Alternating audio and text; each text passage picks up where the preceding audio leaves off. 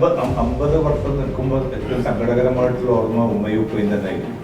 അല്ല അത് of course അതെല്ലാവർക്കും മാതാപിതാക്കളുടെ വിയോഗം എന്ന് പറഞ്ഞാൽ ഒരിക്കലും അത് നികത്താൻ പറ്റില്ല. ഞാൻ നിങ്ങൾക്ക് ശമ്പളം തന്നെ എത്ര പൈസ ബാക്കി അയച്ചു കൊടുക്കുന്നു ചോദ്യം അല്ലാതെ എന്താണെന്ന് വെച്ചിട്ടുണ്ടെങ്കിൽ അവർക്കൊരു മോട്ടിവേഷനാണ്. മനസ്സിലായില്ല, അത് അവരുടെ പേഴ്സണൽ ലൈഫിൽ ഞാൻ ഇൻ്റർഫിയർ ചെയ്യില്ല.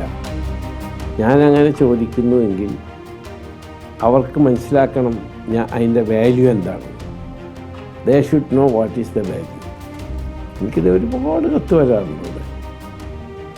അവരൊക്കെ ഞാൻ വിളിക്കാറുണ്ട് നേരിട്ട്. ഞാൻ പറയും നിങ്ങൾ വീട്ടിൽ കാശ് അയച്ചു കൊടുക്കണം, നിങ്ങൾക്ക് പറ്റില്ല എന്നുണ്ടെങ്കിൽ പറഞ്ഞാൽ ഞാൻ അയച്ചു കൊടുക്കാം എൻ്റെ കയ്യിൽ. പക്ഷെ അവരവിടെ പട്ടിണി എടുക്കാൻ പാടില്ല. അപ്പോൾ അവർക്കൊരു മോട്ടിവേഷനാണ് ഞാൻ ചോദിക്കുന്നതും. ആരെ കണ്ടാലും ഞാൻ ചോദിക്കുന്നു അതാണ്. വീട്ടിൽ കാശ് അയച്ചു കൊടുക്കുന്നുണ്ടോ, ഭാര്യയ്ക്ക് കാശ് അയക്കുന്നുണ്ടോ, ഫാദറിന് കാശ് അയക്കുന്നുണ്ടോ.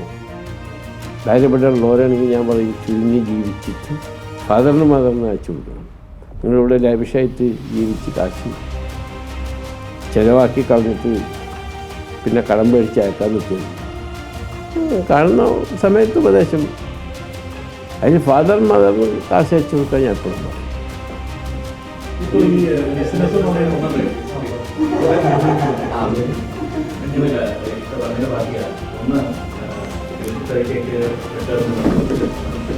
അത് ഞാൻ മുമ്പ് പറയാറുണ്ട്, ആരോഗ്യമുള്ളിടത്തോളം കാലം ജോലി ചെയ്യാനാണ് എൻ്റെ ആഗ്രഹം.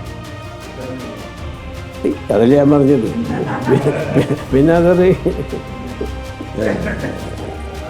ഒരു മിനിറ്റ്, ആരോഗ്യമുള്ളിടത്തോളം കാലം ജോലി ചെയ്യണം എന്ന് പറഞ്ഞാൽ റിട്ടയർമെൻറ്റ് ഇല്ല എന്നല്ല അതിൻ്റെ അർത്ഥം.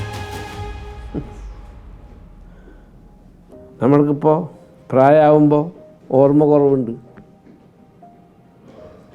കുറവ് വരാറുണ്ട് ഇല്ലേ, അൽഷിമേഴ്സ്.